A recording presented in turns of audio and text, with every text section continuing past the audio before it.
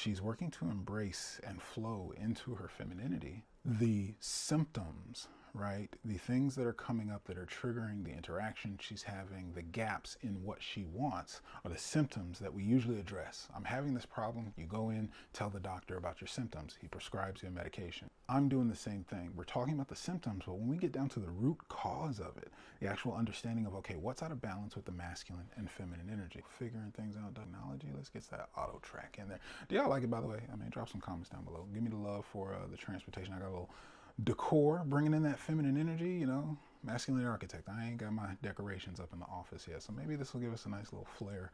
You know, you can feel warm and home. So the conversation we were having today was in regards to just being.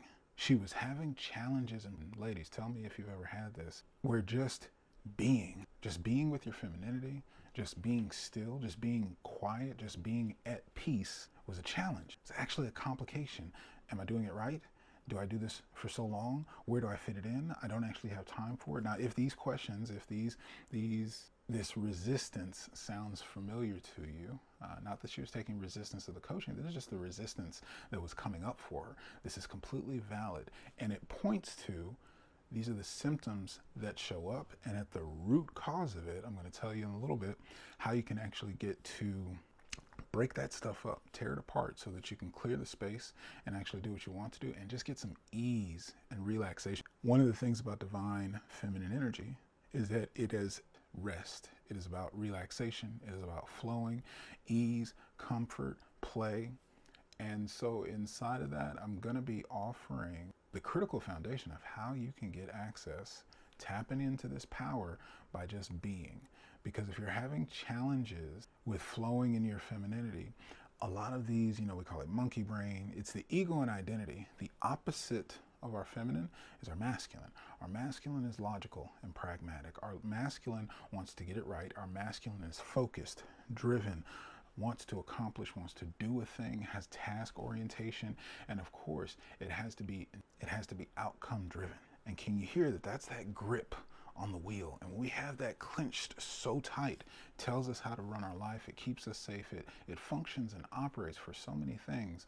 But what it can also do, and this is what my client was dealing with, was have anxiety, have stress, feeling like there's never enough time, and reaching this place where the first thought in her day, and I'm giving her assignments, I'm giving her work to do, you know, self-care, meditation, have some quiet time, journaling. And it became a burden and overwhelming because it became more to do. And that's why it just clicked for me that, oh, that's the gap. Is the reason why she's having trouble tapping into the femininity is because it's still being processed from this one filter, this one screen on the other side of our systems, and that's the masculine. So the masculine is going to look at, okay, what do we got to do here? How do we take this on? How do we get it right? How do we do it effectively? How do we do a great job at it? How do we knock it out? And you can hear it. It's just so much, right?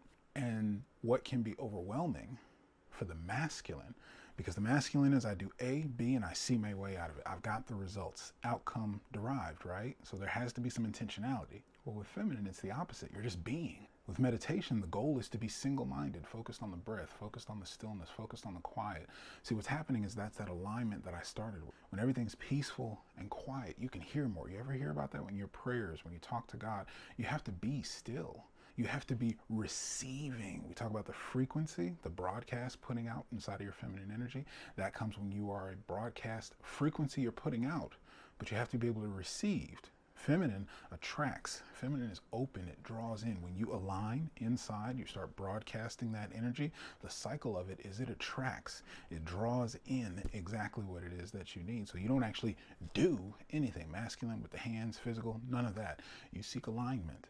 When your energy aligns and you're putting that out, clears the skies, clouds part, and down from the heavens comes the temple. It just works that way. Taking us back to the basics, taking us back to the fundamentals, the basic building blocks of divine energy, explaining it over and over, because when you get these principles and fundamentals, it's these little shifts that have nothing to do with what's at the surface, nothing to do with what you're actually doing day in, day out, nothing to do, period, especially when we come over to the divine feminine side. So when you get these basics and fundamentals in play, then you start to shift your way of being. Then you start to shift the way you, and now you know, well, maybe I can put away that hammer that I keep knocking the shit out of everything like it's a nail, and let me actually relax